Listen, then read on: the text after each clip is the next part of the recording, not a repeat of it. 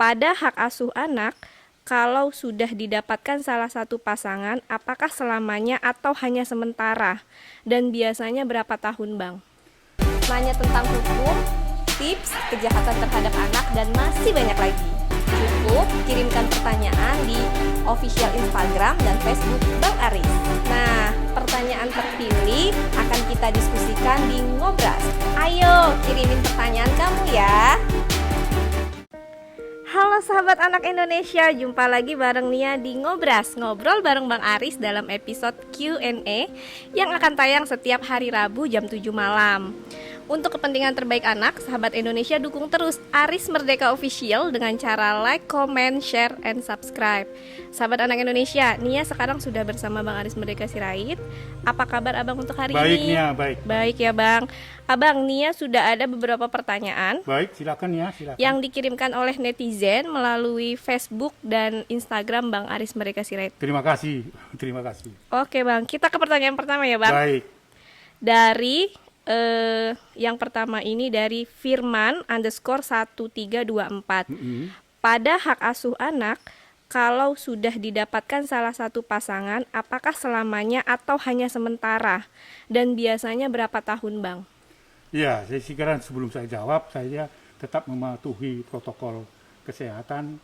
Tapi saya ingin buka dulu ya. Maskernya. Maskernya supaya lebih jelas, begitu. Jadi supaya pertanyaan-pertanyaan juga bisa saya jawab dengan baik. Gitu, Baik ya. Bang. Jadi kalau misalnya ada putusan pengadilan, tadi kan disebutkan ya putusan pengadilan yang mengatakan bahwa putusan itu hak asuhnya ada diberikan kepada salah satu Iya. pihak. Terus apa tadi lanjutannya? Apakah selamanya atau hanya sementara? Jadi begini, jadi hak asuh itu sebenarnya tidak memutus hubungan silaturahmi antara atau salah satu dari kedua pihak orang tua gitu ya. Jadi bukan selamanya itu. Artinya bahwa kewajiban-kewajiban yang melekat pada diri anak itu, pada orang tua itu harus dijalankan untuk memenuhi hak-hak anak mendapatkan belayan kasih sayang. Jadi pertanyaannya adalah apakah itu selamanya? Tidak selamanya. Itu hanya pengasuhan saja ya. Misalnya tetapan pengadilan, sekali lagi ya saya jelaskan, ketika ada konflik dalam keluarga, mengajukan hubungan perkawinan supaya diputus ya, lalu kemudian pengajuan hak asuh anak, lalu kemudian pengadilan memenuhi hak asuh itu salah satu pihak, itu bukan selamanya, tetapi itu hanya tempat untuk anak diasuh. Biasanya berapa tahun Bang? Nggak ada batasan, Nggak ada batasan. sampai dia masih dalam status anak gitu ya, sampai mandiri dan sebagainya. Jadi penetapan pengadilan itu tidak memutuskan hubungan silaturahmi antara ayah atau sebaliknya antara ibu dengan anak gitu. Jadi tidak ada waktu itu. Itu hanya penetapan pengadilan itu untuk sementara itu dititipkan kepada atau diasuhkan salah satu pihak begitu. Oke, Bang, ada kemarin itu ada beberapa pertanyaan netizen juga yang Betul. sempat ketinggalan. Mungkin yang menambahkan sedikit. Iya. Jadi misalnya salah satu dari orang tua ini habis terkena proses hukum seperti itu, Bang. Kemudian baru bebas akhirnya. Nah, sedangkan mereka sudah bercerai, kemudian anak itu diasuh oleh ibu. Nah, apakah si ayah ini tetap berhak untuk bertemu anak atau gimana? Sedangkan untuk masalah komunikasi dan masalah keluarga juga mereka berkonflik kan gitu. Itu gimana Bang? Saya kira nggak ada alasan untuk menutup akses salah satu pihak, apalagi misalnya kalau ayahnya ya pada saat tertentu dia menjalani hukuman dijalanin lalu bebas, lalu kemudian mungkin pada saat menjalani hukuman itu ibunya atau istrinya menggugat cerai misalnya, dikabulkan, hak asuhnya ada pada ibu misalnya. Iya. Lalu ketika si ayah itu bebas dari katakan proses menjalani hukuman, dia serta merta kewajibannya harus berjalan. Jadi tidak ada alasan untuk menutup akses itu.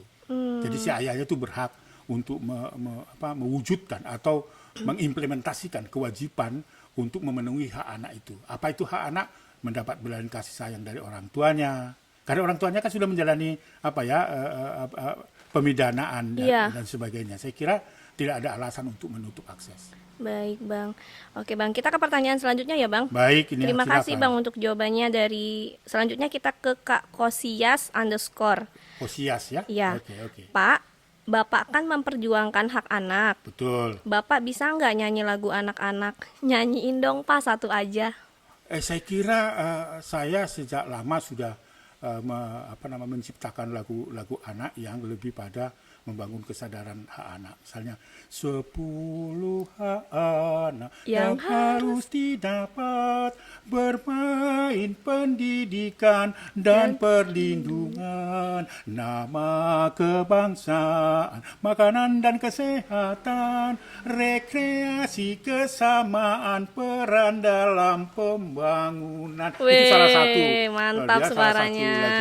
Lagu anak-anak. Bagus banget Bang suaranya. Mudah-mudahan ini bisa diterima oleh anak-anak, dan itu sudah 5 tahun dan saat ini sedang menjadi nyanyian-nyanyian dari kelompok-kelompok anak jalanan, kelompok-kelompok anak-anak di dalam Kongres Anak Indonesia dan sebagainya. Masih banyak lagi. Lagu-lagu Siapkan waktu mendengarkan ini, karena kita akan menggandakan itu dalam bentuk CD, dalam bentuk audiovisual yang lain. Itu nanti Abang yang ciptakan? Itu ciptaan kita, ada beberapa gitu, nanti gabungan dari teman-teman yang lain. Jadi yang tersedia sekarang ada 6, dan ini salah satu tadi nyanyiannya seperti itu ya, memuja lingkungan hidup, hak asasi manusia, anti kekerasan, stop eksploitasi. Itu banyak sekali tema-tema yang sudah lama saya kira saya ciptakan itu. Artinya sebenarnya harusnya ini Bang dapat support nih dari berbagai pihak supaya ini lagu diproduksi dengan baik, kemudian semua anak akhirnya mendengar, begitu Bang. Harapan saya begitu, Tapi kan ini perlu sosialisasi. Tapi sudah mendapat tempat, dan mudah-mudahan ini akan kita selesaikan pada tahun-tahun ini sehingga itu bisa viral, sehingga anak-anak selain mempunyai hobi menyanyikan lagu-lagu yang bentuk lain, tapi kita mau suguhkan ini bentuk-bentuk seperti stop kekerasan terhadap anak, stop narkoba, bullying gitu kan. Terus kemudian ada aku bangga jadi anak Indonesia, aku bangga mempunyai Pancasila gitu ya. Walaupun saya dalam kondisi yang tidak mampu, tetapi sebagai anak Indonesia tetap harus maju dan terus berani menyampaikan kebenaran lewat teks-teks lagu-lagu seperti itu ya. Keren, berarti selain memperjuangkan hak anak langsung terjun ke lapangan, Abang juga membuat lagu-lagu yang secara nggak langsung juga membuat kesadaran masyarakat, begitu ya Bang ya? Iya, saya kira seperti 10 hak anak itu bisa membangun kesadaran orang tua bahwa anak punya 10 hak anak loh. Nah, bisa anak-anak juga sambil setrika nyanyi 10 hak anak, sambil mandi, sambil menyapu, ya kan? Dan itu didengar terus oleh orang tua. Orang tua jadi 10 hak anak apa antara lain bermain, ya misalnya kan pendidikan. Orang tua jadi nggak ngelarang main tuh Bang. Iya, seperti itu. Saya kira ini adalah pendekatan lewat seni dan bakat minat. Karena apa? Karena bakat minat itu juga merupakan bagian yang tidak terpisahkan dari hak fundamental dari anak-anak di seluruh dunia. Oke, semoga lagunya sukses ya Bang. Terima kasih Nia atas dukungan semua. Kita lanjut ke pertanyaan selanjutnya. Silakan, ya Bang. dari KNNN underscore 1318. 1318. Ya. Tahun ini kan mudik dilarang dengan alasan pandemi. Iyo. Apakah mudik bukan merupakan hak asasi manusia, Pak? Bagaimana Pak Aris menyikapinya? saya kira Bang, saya juga mau mudik nih, Bang. Iya, itu bukan. Boleh nggak, Bang? Boleh. Jadi saya kira bukan persoalan hak asasi manusia, tetapi ini kan kalaupun ada kebijakan itu demi kepentingan terbaik dari anak-anak dan keluarga. Itu harus diletakkan di situ. Bukan larangannya itu yang kita persoalkan sekarang. Sekarang ini dunia maupun Indonesia sedang berjuang untuk melawan pandemi COVID-19 kan gitu. Jadi harus diletakkan bukan larangannya itu, tetapi demi keselamatan kita bersama.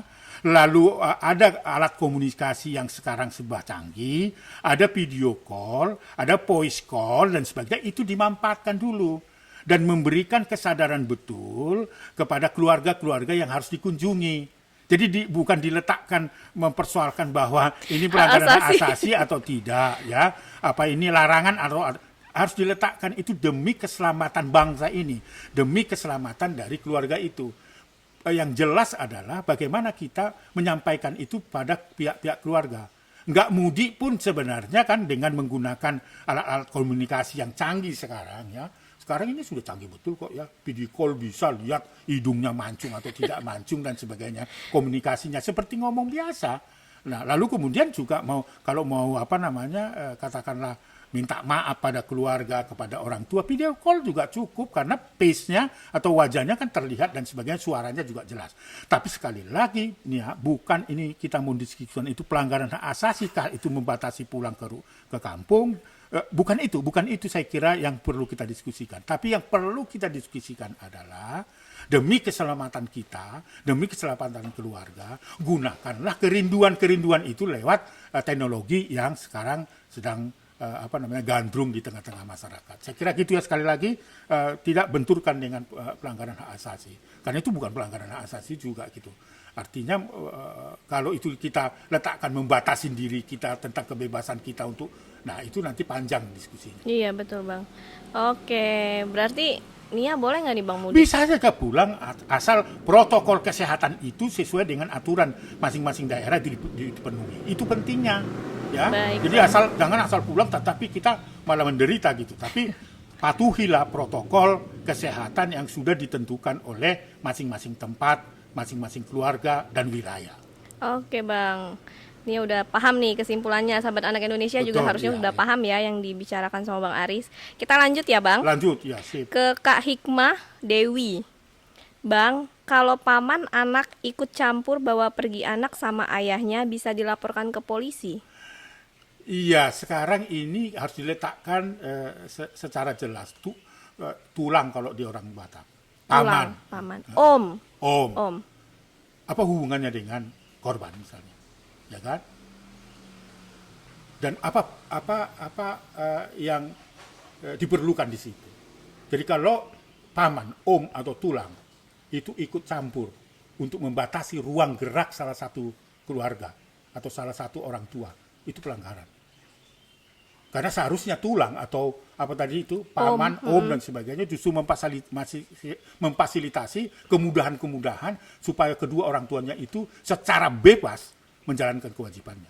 Jadi keterlibatan paman, om dan tulang itu untuk menghambat anak untuk bertemu dengan salah satu dari kedua orang tuanya itu pelanggaran terhadap anak. Seharusnya kewajiban paman itu adalah untuk memfasilitasi supaya kedekatan, hubungan antara anak dengan bapaknya, anak dengan ibunya itu berjalan dengan baik. Tapi kalau menghalang-halangi itu pelanggaran terhadap hak anak ya. Oke, baik, sebaiknya memang keluarga dari Ibu Hikmah tidak Ibu Hikmah yang tidak menghalangi dan tidak memperkeruh suasana begitu ya tidak Bang boleh, ya. justru harus membantu menjadi Penengah. hubungan menjadi cair ya, sekalipun sekali lagi ya, sekalipun ada putusan pengadilan yang menceraikan kedua orang tua itu. Tapi paman justru mendekatkan anak itu sekalipun tadi ada perceraian itu. Jadi jangan justru menghalang-halangi. Nah itu adalah, kalau itu terjadi adalah pelanggaran terhadap anak. Oke Bang. Nah kita selanjutnya ke Kak Oike Abram. Nggak tahu di mana ya? Nggak tahu Bang, ini di DM Instagram. Oke, nggak apa-apa. Nah, mengapa Komnas Anak tidak merespon laporan yang ada di daerah? Mungkin Abang bisa klarifikasi nih. Oh iya, saya kira nggak semua kan media melaporkan itu ya. Iya. Jadi beberapa kali saya pergi ke Belitung Timur misalnya menangani perkara-perkara anak-anak yang dilaporkan. Baru saja saya datang ke Bogor ya dengan 3 kasus sekaligus. Ada anak yang dibully ya, yang dilempar ke kubangan ya, lalu sepeda motor tidak, itu kan bentuk kekerasan. Nah lalu kemudian ada anak 8 tahun itu justru mengalami serangan kekerasan seksual yang dilakukan oleh kakek-kakek. Saya juga datang ke Bogor, ke Bekasi beberapa waktu lalu misalnya ada anak anak dari salah satu anggota DPR yang menjual anak dan melakukan trafficking dan sebagainya, dan perkosaan dan perbuatan kekerasan seksual yang belum ditangani oleh pihak kepolisian. Kita datang juga untuk menangani itu. Dan di beberapa daerah, tadi saya sebutkan Belitung Timur, ada juga yang ke Samarinda, ada juga di Palangkaraya. Kita lakukan itu, dan saya kira media-media online itu memuat berita-berita itu, tapi sekali lagi mungkin media di beberapa daerah itu tidak mengcover itu. Jadi sekali lagi mohon maaf kalau itu misalnya tidak diketahui, tapi kami selalu menjaga rahasia dan menjaga langkah-langkah kami apa yang akan kami lakukan. Jadi sekali lagi don't worry, Komnas Perlindungan Anak selalu ada untuk anak Indonesia. Jadi sekali lagi saya klarifikasi, kami juga melakukan pembelaan-pembelaan itu termasuk menyelenggarakan terapi-terapi psikososial bagi korban-korban. Betul banget. Nah, sahabat anak Indonesia, kadang juga nggak semua kasus yang dilaporkan di Komnas Perlindungan Anak juga harus diketahui publik begitu ya Bang, Iya, karena ada banyak, etikanya ada juga etika kayak dan gitu. sebagainya. Jadi kalau memang yang sudah terlanjur viral ya akhirnya memang masyarakat juga mau nggak mau harus tahu begitu ya Bang ya. Jadi Dan sampai sekarang ini kita juga kewalahan menerima kasus-kasus ini, apalagi menghadapi COVID-19 ya. Jadi ada kasus yang bisa diberitakan, ada yang nggak bisa. diberitakan. Yang diberitakan itu hendaknya juga harus berita yang bisa mengubah ya sebuah keadaan. Jadi bukan popularitas, bukan ya. Jadi Komnas Perlindungan Anak melakukan pendampingan, melakukan pembelaan terhadap anak itu, kalaupun itu dikenal masyarakat itu karena bonus saja. Karena kita melakukan sesuatu, kemudian ada bonusnya. Jadi bukan cita-cita melakukan pendampingan terhadap kasus-kasus di beberapa daerah itu untuk pencitraan. No. Saya itu sudah 37 tahun untuk tidak membangun kecintaan. Dan terus konsisten ya Bang ya. ya. Teman saya ada yang sudah melakukan pekerjaan-pekerjaan di luar aktivitas anak, tapi saya tetap tinggal untuk setia mendampingi anak-anak di Indonesia. Jangan sangsikan, Komnas Perlindungan Anak selalu ada untuk anak Indonesia dan selalu bergerak. Oke Bang, mantap kali ya Bang ini Terima Bang. kasih ya. Kita ke pertanyaan selanjutnya ya Bang. Yuk. Dari Kak Revan.id. Revan ya, silakan ya. Halo Bang Aris. Oh ini kayaknya orang Medan Bang. Wah, mantap. Selamat datang. Pernah nggak bang kepikiran satu waktu saat lagi nanganin kasus anak terus abang pengen bawa pulang ke rumah gitu? Oh, berapa kali. Waktu saya menangani kasus pengungsian di Atambua, kasus-kasus anak-anak korban bencana yang sama sekali kehilangan orang tua dan sebagainya, ada niat itu selalu ya. Ketika kita bertemu dengan anak, kita ada niat, tetapi itu adalah jalan alternatif yang terakhir. Dan kalau pertanyaannya ada niat. Sejak saya berkenalan dengan anak-anak, apalagi dengan anak-anak yang berada dalam situasi darurat seperti korban bencana, ya seperti tahun 2004 itu korban tsunami. Ada niatan itu, ya ada itu. Tapi yang paling baik sebenarnya bukan kita bawa ke rumah kita, tapi kalau ada masih keluarga alternatif di sana, itu lebih baik daripada kita mencabut dari akar budayanya dan akar-akar kebiasaannya. Saya kira kalau pertanyaan ada niat pasti. Bukan hanya karena bencana, ketika misalnya kita sedang di kota, di beberapa kota, kemudian kita lihat ada anak-anak yang katakan ada kategori terlantar yang butuh pertolongan, ada niatan itu. Tapi selalu kita menjaga etika, menjaga standar-standar kemanusiaannya. Apa yang lebih baik bagi anak itu, apakah lebih baik di rumah kita atau lebih baik di rumah yang kita titipkan atau kita berikan kesempatan kepada negara dan sebagainya. Saya kira itu, karena fakir miskin dan anak terlantar dipelihara oleh negara, oleh karena negara harus hadir di dalam anak-anak yang membutuhkan seperti itu, apalagi kalau dia korban-korban bencana. Setuju sekali tuh Bang, benar banget. Ya. Karena memang tugas pemerintah juga ya Bang ya. Betul. Gitu. Oke, kita selanjutnya ke Kak Tommy 90 Bang. Oh. Bapak, apakah ada rencana bikin panti asuhan Komnas Anak? Oh, tugas Komnas Perlindungan Anak justru mendukung panti-panti yang ada, yang perlu diberdayakan, perlu diberikan masukan. Itulah tugas Komnas Perlindungan Anak. Jadi tugas perlindungan anak itu selain melakukan pembelaan dan perlindungan anak, ada sosialisasi terhadap hak anak, lalu kemudian penghormatan terhadap hak anak. Itu tugas pokoknya. Jadi kalau misalnya pertanyaannya apa, ada niatan untuk mendirikan panti, saya kira tidak. Tetapi justru Komnas Perlindungan Anak itu mendukung supaya panti-panti yang sekarang ini sedang bergerak dan memerlukan dukungan, disitulah hadirnya Komnas Perlindungan Anak, ya, menghubungkan kepada masyarakat, menghubungkan kepada pemerintah, menghubungkan kepada pegiat-pegiat perlindungan anak supaya panti-panti yang sudah ada itu dibangun kembali, dikuatkan kembali dengan standar-standar yang memenuhi hak-hak anak itu sendiri. Saya kira itu. Jadi tugas pokok kita diberikan oleh pemerintah, oleh negara, oleh stakeholder itu bukan mendirikan panti, tapi menguatkan, ya. Di samping menguatkan lembaga-lembaga perlindungan anak yang ada. Panti misalnya tadi itu salah satu wilayah jangkauan dari dan tujuan penguatan organisasi baik itu Orsos maupun Ormas.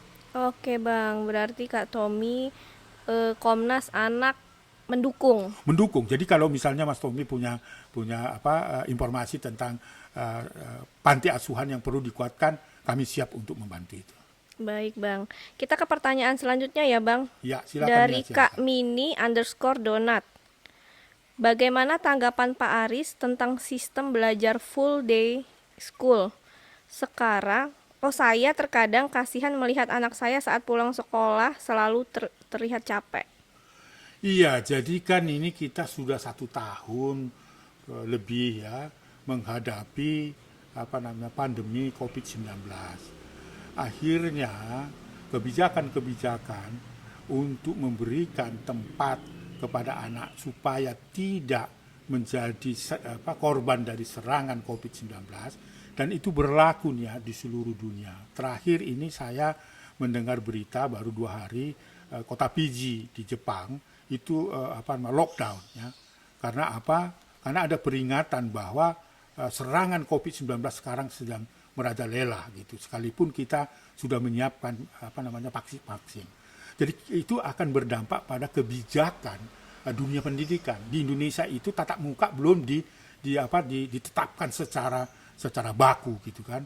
Masih kalau itu tidak diizinkan oleh orang tua, bisa anak-anak tidak sekolah tatap muka. Apalagi kemarin yang di Padang itu ya Bang, baru masuk tiba-tiba 50 anak langsung positif seperti itu. Nah itu kan tidak bisa kita antisipasi ya.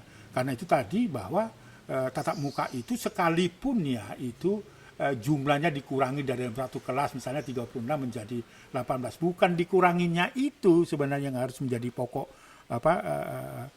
perhatian kita. Yang kedua, bukan lingkungan sekolah itu sudah hijau atau kuning atau oranye gitu. Tapi yang harus kita pikirkan adalah sumber penularannya. Itu bisa dari antara anak-anak ketika dia bergaul dengan temannya, ya, di luar sekolah ini loh. Lalu bisa saja misalnya orang tuanya dari pekerjaan dan sebagainya datang ke rumah dan sebagainya bisa juga tertular. Terus besoknya tatap muka, ya, di sekolah. Itu sumber itu sebenarnya. Walaupun itu nih ya, sampai hari ini kita pahami bahwa dunia anak bermain itu jadi hilang, ya. Berinteraksi pada temannya juga jadi hilang gitu kan. Padahal dunia anak adalah dunia berinteraksi secara sosial dan dia rindukan itu hampir 1 tahun dan sebagainya, ya. Saya kira ini harus menjadi pertimbangan utama. Lalu kemudian orang tua saya kira juga sudah mulai bosan gitu ya, anak di rumah terus dan sebagainya. Lalu proses pendampingan juga semakin katakanlah membosankan pada orang tua dan sebagainya. Jadi saya kira ini harus menjadi perhatian kita semua, sepakat bangsa deh. Kita sepakat negeri ini bukan salah menyalahkan, karena di samping anak juga sudah ingin bertemu dengan anak, bertatap muka dengan teman-temannya.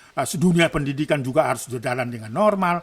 Tapi dengan keadaan seperti ini memaksa kita untuk tidak membiarkan anak bertatap muka harus dipahami sebagai kebijakan yang harus disepakati kita bersama gitu. Saya persis tahu kok anak-anak bosan sekarang di rumah. Ketika dilepas ada acara tatap muka gembira sekali, tapi resikonya di Batam, ya, lalu kemudian di Sumatera Barat sehari saja diberikan kebebasan sekolah tatap muka, ratusan, puluhan di Batam dan sebagainya itu sudah terkena pandemi COVID-19. Oke Bang, nah sudah selesai nih Bang pertanyaan Udah yang habis? dikirimkan netizen. Cepat Iya. sekali ya. Sebenarnya pertanyaan dari netizen tuh banyak sekali. Aduh, sayang sekali. Tapi Gimana kan- caranya? Gimana Tapi caranya? kan waktu kita saat ini terbatas, mungkin bisa Oh, kita oke, masukkan di oke, episode oke. Q&A selanjutnya ya Bang ya. Siap, siap, siap, Oke. Oke Bang, terima kasih nih Bang untuk pertanyaan yang tadi sudah Abang jawab semua. Semoga sahabat anak Indonesia di rumah juga merasa puas dan terjawab pertanyaan yang langsung diberikan ke Abang. Baik, Oke sama-sama Bang, ya. ketemu sampai di Q&A selanjutnya. Iya, baik, siap. Masih siap kan Bang? Masih semangat? tentunya. Semangat. Oke, terima kasih ya Bang. Yuk. Nah, itu tadi sahabat anak Indonesia, ngobrol bareng Bang Aris dalam episode Q&A yang akan tayang setiap hari Rabu jam 7 malam. Dukung terus Aris Merdeka Official dengan cara like, comment, share, and subscribe. Salam anak Indonesia. Anak terlindungi, Indonesia maju. Sampai jumpa.